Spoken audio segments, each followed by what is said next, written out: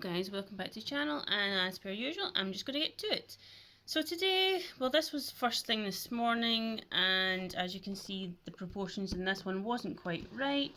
However, I just kept going and seeing what I could actually produce, and I just decided to actually try and get 6 faces onto this one page. So this is a A3 pad that I use. I actually get it from Asda.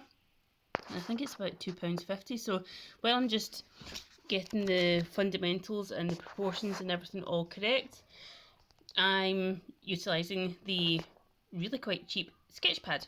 So this one took me 2.5 minutes, 1.5 minutes, 2 minutes, 2 minutes, 1.5 minutes, and 1.5 minutes. I'm not entirely sure what I was doing with the pencil with the jaw.